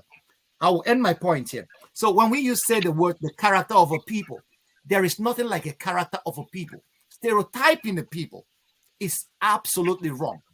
Stereotyping is wrong everywhere. People could say it used to be the scientific way. That's why African Americans are fighting the police, because the police stereotypes African American. When you catch a thief, you will say he's a black male, and that was used to lock up over 1 million black males in prison today in America. We know it's the remnant of slavery. So, and that's why we are fighting today, that we should stop stereotyping each other, because stereotype and xenophobia is the shortest route to genocide. And what is genocide? Genocide happens when xenophobia gains political power. I am done. All right, thank you so much. I want to thank Ayo, Chief Remi, and Franklyne for a wonderful debate. I wish we could have more time to engage all of you, but we're going to now have our audience join by giving them a chance to ask questions.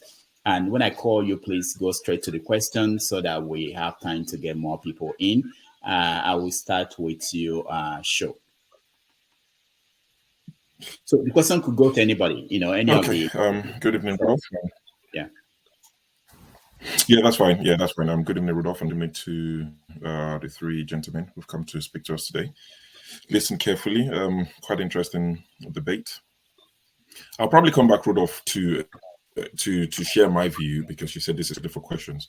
But the question I have for my Oduduwa brothers is: do our political elite, the Yoruba ones, the Tinubus, the Akeredolus, the whoever, the who and who of the Yoruba political class, do they share your view? And do they share it at all times, or does this come up every 4 years? Because all I see is Tinubu ambition was carried on the head by Ojus Okalu, who's fighting to be the Senate president. Tinubu has no issues with him, at least not in public. So we see these people get on very well. There's no issue to us, the common men, of them having this issue. Tinubu doesn't fear that Lagos is going to be taken away from him. Well, not until he lost the election in Lagos, but he doesn't seem to share this, at least not in public. Probably you know more. Do you think our political class care? Do you think they worry like you care about it? Or is this just something divide and rule that we've seen time and time again? Thank you. Well, Ayo, please allow me to answer this. Go and Google my name, Remi Oyeyemi. I've probably written more articles against Tinubu than anybody in Nigeria. I've done that. Go and Google it, because internet does not forget. Why do I do that? Because I don't believe in his political ideology. So, but when the campaign season started, and I saw the kind of attacks against Tinubu coming from the Igbos, that's what gave me the reason to support him, because I felt it's unfair. I wrote on my Facebook page that we should treat every candidate equally. So if we attack Tinubu, we should be able to see what is wrong with Obi and see what is wrong with Atiku. And Atiku was my former boss. I know Obi very well. Myself and Peter Obi, we won Atiku's campaign in 2018. We went everywhere together. So I know the three players very, very closely. But I did not support any of them until I saw the unfair attacks on Tinubu coming mainly from the Igbos. Then I read some minutes into it. So as I'm talking to you, I don't think Tinubu shares my view. I don't think he likes me. And I don't want him to like me. But I do things that I believe in. As long as I believe in it, I'm all on it. So I can even tell you, though that's a speculation, that if he gets there, he's not going to do anything for Yoruba nation. And I will not be disappointed. But the truth must be told. What is good for the goose is good for the gander. So if we are criticizing Atiku, we must use the same criteria for Atiku, for Obi, for Tinubu. That's just it. So I don't think he will share my own view, and I don't think he will share your view either. But Ayo can speak on that. Thank you, Chief Oyeyemi. That is the irony of the whole thing. The question asked by Show is the irony of the whole thing. If you Google my name to Ayo Turton, some of the first thing that will pop up are some of the write-offs I did against Tinubu. So it is not about the political class, because the political class is just an interest group that cross all over the place, for their selfish interests. They are not about the people. And that's why I keep saying that this issue predates this political season. It has always been there, and it's an issue we can address at our own level, not for politics. The fundamental problem I know is the structure of Nigeria itself is fundamentally defective. No two countries like Nigeria, and no country ever structure Nigeria will ever succeed that is not dysfunctional, if there is any.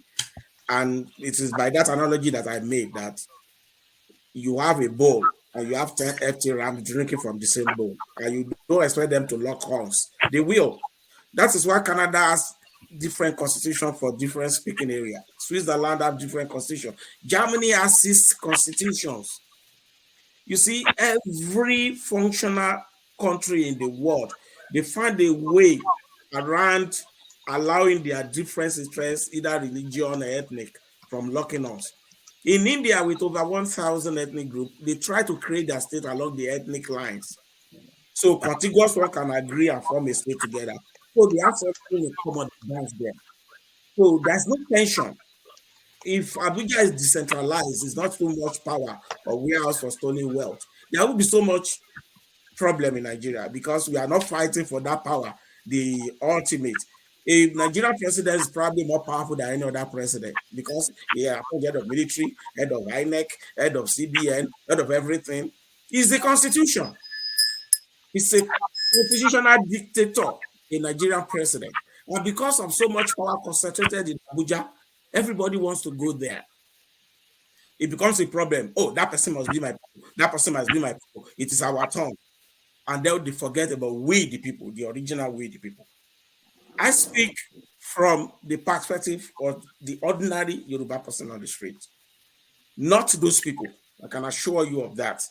I have no interest in any of the political party that, and I don't even believe in political party, because they're always crossing all over the place, jumping and jumping and jumping. I just look at people at every point in time.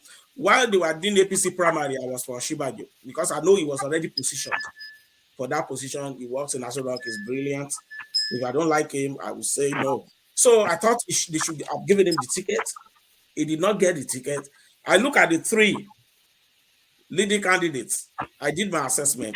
I don't think it's fairly okay for power to go back to the north. It should come to the south. Iwe will be antecedents as a governor. Tinubu and Obi probably have 8 years as governor. And Iwe, Tinubu's antecedent. Corruption I discount, because they are all corrupt, and I have my facts that I can prove. So, but when you look at policy matter, just say, okay, this guy, this thief will still steal our money anyway, but it's good when it comes to policy issue. Obi, I don't really think I like what came from Anambra. So it's not based on any sentiment. That is just my personal assessment. I might be wrong, and I'm willing to admit that I might be wrong on that. But I don't want anybody, because this man, Tinubu, that you guys are talking about, this chief Remi Oyeyemi and myself, we have written so much against him. And it's on the internet. The internet don't lie. You guys will find it there. So it's not about him at all. It's not about his presidency. It's about how to make it better for the rest of us, the hardworking. And those of us in diaspora, we want a home we can go back to. So that is what we need to start working towards. Thank you. All right. Thank you so much. Sure. Thank you so much for that question. Let's go to Mo, and then go that way. Mo, you're next. Thank you, Rudolph. Thank you all. Listening to what the guests have said, and I'm not impressed. I'm not impressed that at this time we're still saying certain things. We shouldn't. Even when we have it in ourselves, we can restrain ourselves. Sometimes we have to chew on words before we say it. This idea of grouping people, the Igbo, by the way, Igbo has no plural with S. Igbo is Igbo. Just like my Yoruba friends use Yoruba. I never heard them use Yorubas. It's Igbo is Igbo. Thank you. So that should stop. Ogbunwezeh said it very clearly. We should stop it. Not just for Igbo, for Yoruba, for Hausa. Growing up, one had Hausa Fulani. Now we have split it without knowing. It has become Fulani and Hausa. So we have to educate ourselves every time. Let's try to temper these things cruelly. I can give you a lot of examples of people. What we're saying now about Lagos shouldn't be out there. But people are using it for their political gain. It is understandable. But let's not fan it. If somebody said that Tinubu is from Washington as a political leverage, that's fine. That's a fact. If you said that, what's his name? GRV, his mother is Igbo, his mother, that's okay. That's fine. There's nothing wrong with it. The problem is when you act on it, when you use it to tag people what they are not, then you are looking for trouble. Again, Remi, I don't know if you remember me, since 20 years ago, we went through some of the things you said. I wrote you personally. I published your work at Pony.com. And I tried to correct you that the invasion did not have anything to do with the Yoruba. Ojukwu was reluctant to do it. Banjo, and so I have and the man died. So Inka said it all there. Don't quote me. Read the man died. He, Banjo, Ifajuna, Abam, they planned it. It was the third force. They planned to take over, kill Ojukwu, kill Gowon, and then restore Nigeria. Ojukwu, Soka did not hide it. When he got to Ore, he called Obasanjo, who was part of the team.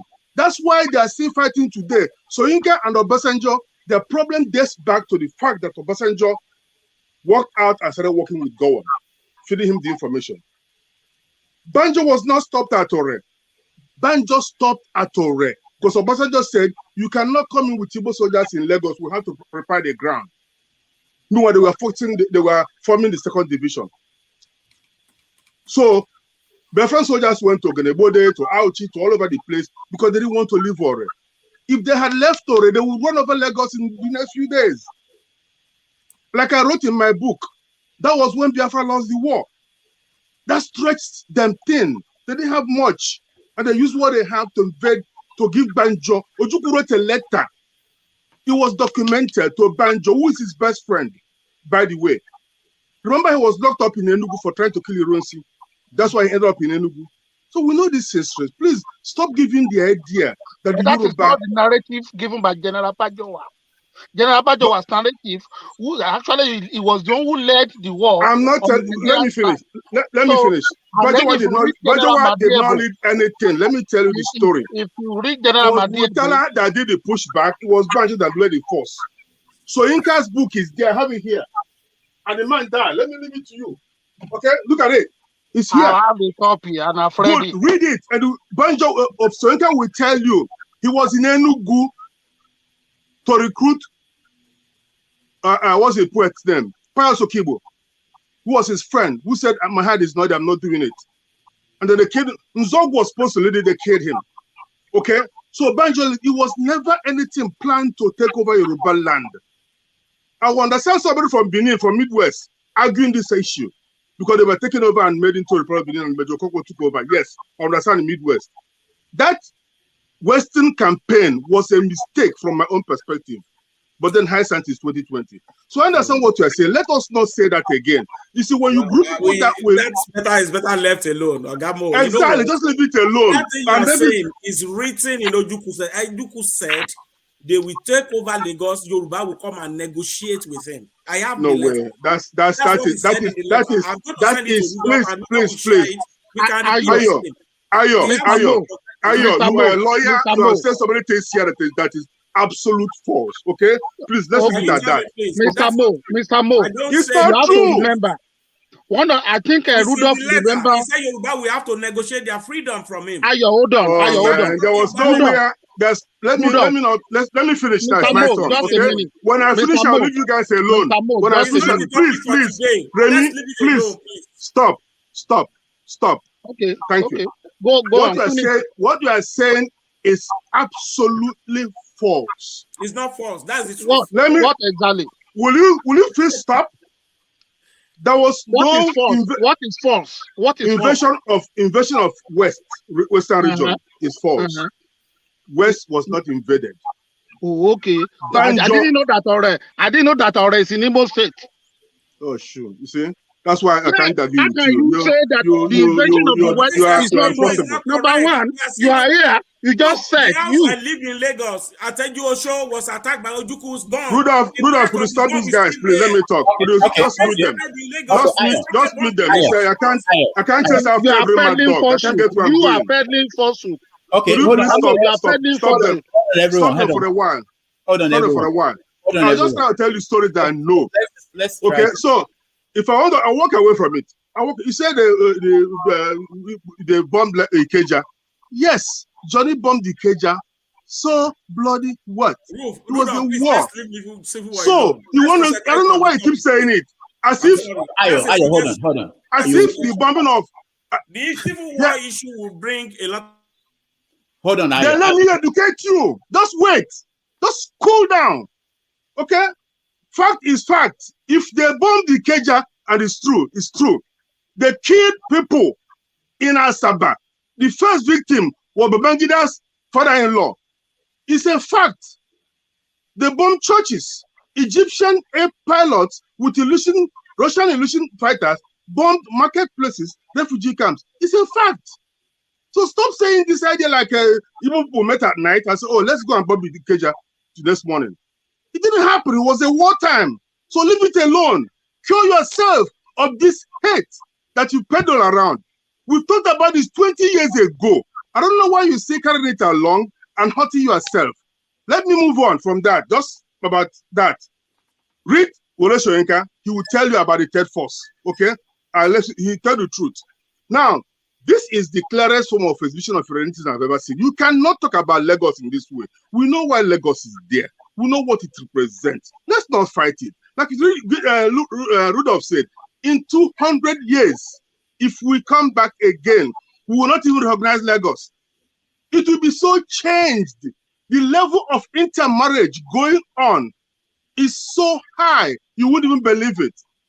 If you look at Davido was born a US citizen, born in USA. His grandmother is Igbo. His mother is Edo.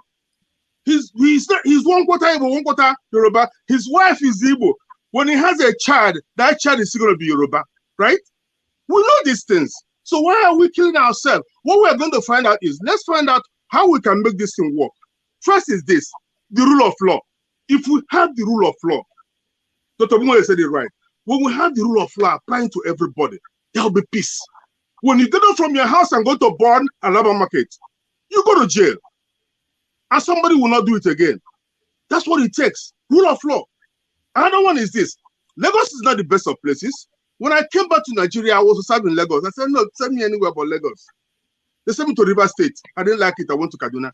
I served in Jaji and I enjoyed it. The best years I have of my life. I enjoyed it. Nigeria is a great place. Nigerians are great people. Nigerians don't. The Igbo and Yoruba do not have a problem. They never. My best friend in high school, he's a Yoruba man. Go to Enugu, you will see a senator, Yoruba woman running for the Senate under one of these small parties. It's not a problem. The first mayor of Enugu, an Hausa man. What are we talking about? Lagos, Mbono Jike won from there, Zik won from there. Who made Zik? How about Macaulay, a Yoruba man? We don't talk about good things about ourselves. Victor Laye, what is Sango Molanke in Igbo? That's what unites us. When I came back and see people dancing to Shina Peters, they don't ask you if it is Yoruba is singing. They love the music. Look at Kiss. The kind of music they sing. Nobody knows what Buga is, unless you tell them it's Yoruba. Okay? Look at everybody coming together. Lagos used to be high life. The moment who goes to the market to sell, just want to go there, come back, enjoy life. Yes, if it's loud, so bloody what? If it's the no-noise zone, tell him to shut up. Lock him up, give him a fine. So let's not do this to ourselves. It doesn't help.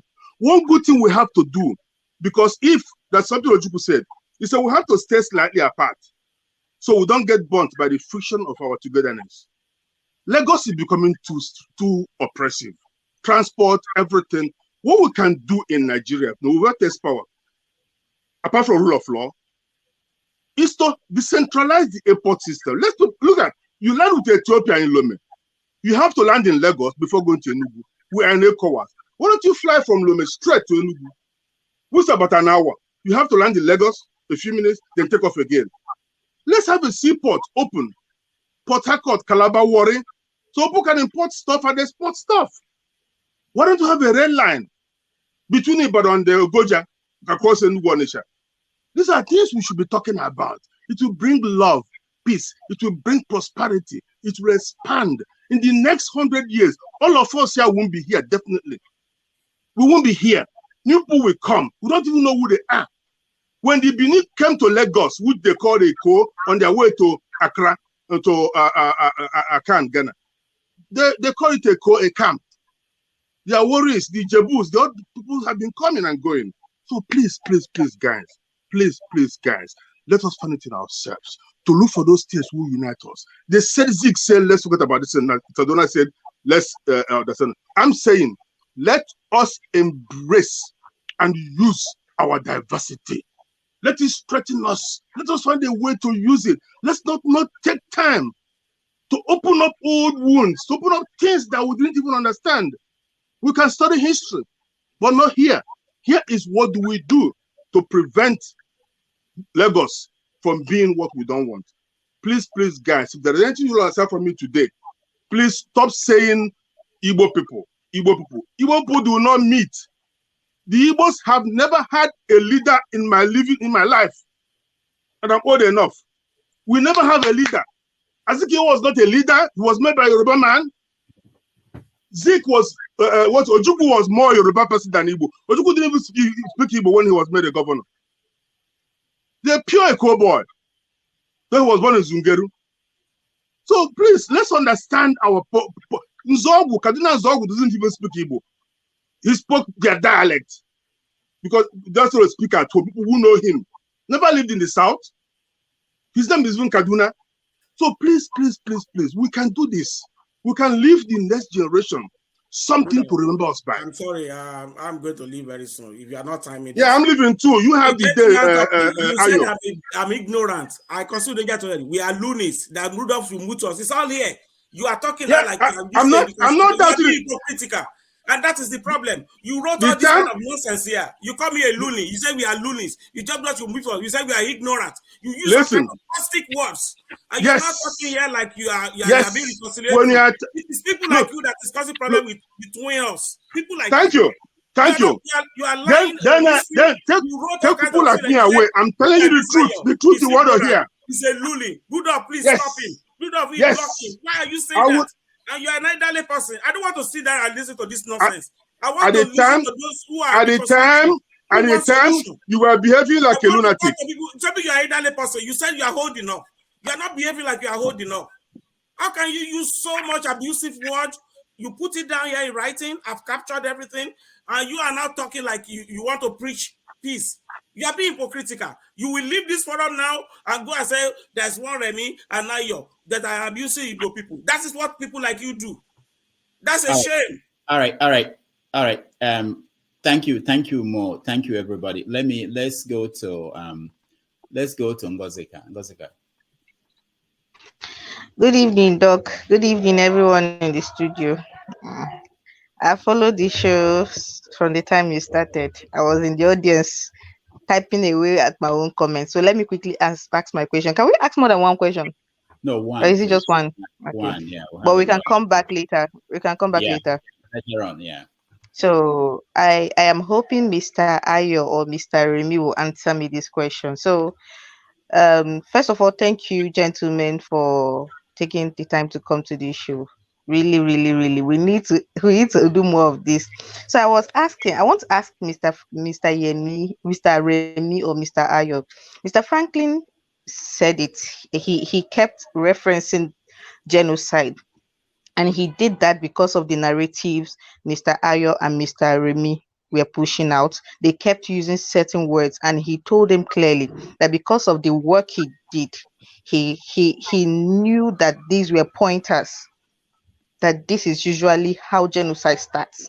they tried to misconstruct what he said, and he tried to tell them exactly what he was saying. So I want to ask Mr. Yemi, did it make you uncomfortable when Mr. Franklin pointed out that you were making narratives that fuel genotype? Did it make you uncomfortable? And how do you feel to have found yourself in such a position? That is what I want to ask. Hold on. Remi, hold on. I think you are muted. Go ahead. Okay. Go ahead. Number one, I don't feel uncomfortable at all. I just felt Mr. Franklin is very hypocritical and dishonest. Why? You see, the Yoruba says, there is no smoke without fire. All these things that have been happening is because of certain things. All these reactions by the Yoruba people on the street is caused by certain things. Instead of Franklin to address those things and say, okay, how do we address those things so that there can be harmony and progress? He was dancing all over the place, not addressing the issues. And I think that's hypocritical. You can talk about genocide all you want, but some people are fueling it by their attitude, by their utterances, and by their actions. So all of us can decide to be ostrich, bury our heads in the sand, and pretend. But we have to be honest with each other. We have to be brutally honest. So I'm not discomforted at all because, well, please, I just wanted to point out that, sorry, Doc, I just wanted to point out that Mr. Franklin did speak to your grievances. He did point out, you said, Mr. Ayo did say that the people, the masses, the feeling among the Yoruba masses was that the Igbos were calling Lagos a no man's land. That is their grouse. And he said, and I quote, if they called Lagos a no man's land, Lagos is not a no man's land. Call their own place a no man's land. It is a narrative. So we shouldn't go to war because of narrative. He said that. So you're saying he was dismissive of your grievances? I do not get, because he did act, unless you have another grievance that you did not say on the show. Do you?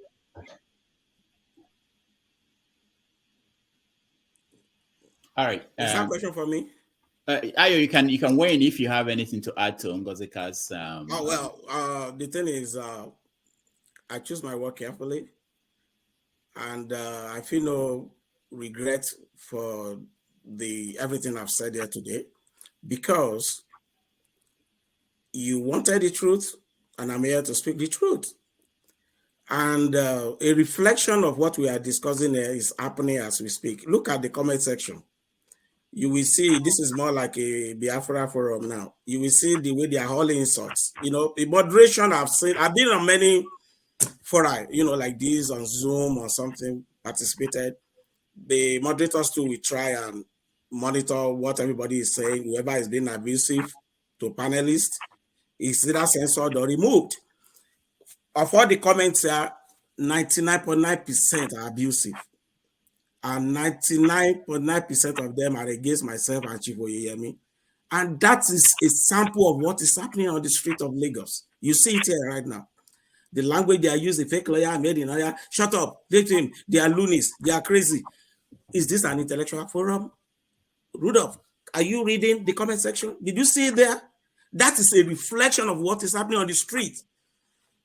Some bunch of wayward and uncontrollable people. And they are making the